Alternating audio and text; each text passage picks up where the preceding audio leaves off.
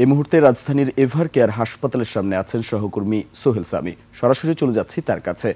সামি, খালেদা জিয়ার স্বাস্থ্যের ব্যাপারে নতুন কি কোনো তথ্য আছে আপনার কাছে? এছাড়া হাসপাতালের বাইরে নেতাকর্মীদের কেমন ভিড় লক্ষ্য করছেন?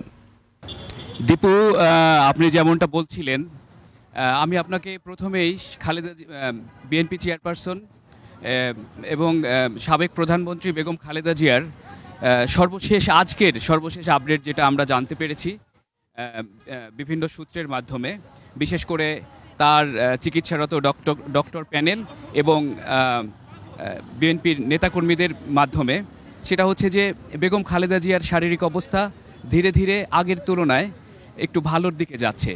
যেমনটি আপনি বলছিলেন যে তিনি গতকালকেও নড়াচড়া করতে পেরেছেন কিছুটা, পাশাপাশি কথা বলার ক্ষেত্রেও কিছুটা সহযোগিতা করতে পারছেন। আর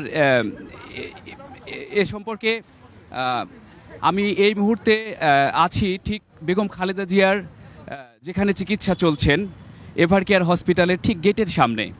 আপনি দেখতে পাচ্ছেন যে যেহেতু বিএনপির পক্ষ থেকে নেতাকর্মীদের এখানে ভিড় করতে নিষেধ করা হয়েছে, তো আমরা আজকে দেখতে পাচ্ছি যে এখানে ঠিক তেমন বিএনপি নেতাকর্মীর ভিড় আসলে নেই, এবং তার কারণে এই যে হসপিটালের ডক্টরদের এবং রোগীদের যাতায়াতের যে সমস্যা সৃষ্টি হচ্ছিল সেটা কিছুটা লাঘব হয়েছে।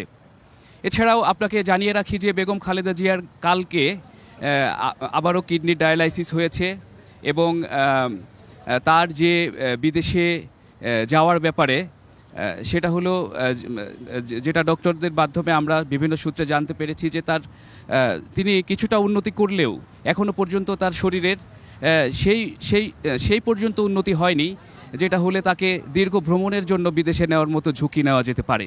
তবে তার পরিবারের পক্ষ থেকে তাকে বিদেশে নেওয়ার ব্যাপারে সব ধরনের প্রস্তুতি নিয়ে রেখেছেন বলে আমাদেরকে জানিয়েছেন।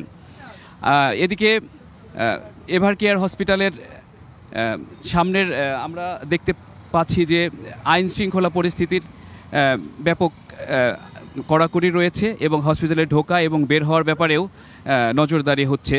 যেহেতু বেগম খালেদা জিয়া 3 বারের প্রধানমন্ত্রী এখানে অসুস্থ অবস্থায় চিকিৎসাধীন রয়েছেন, সুতরাং এই কারণেই এই আইন শৃঙ্খলা পরিস্থিতি দ্বারা উন্নত করে রেখে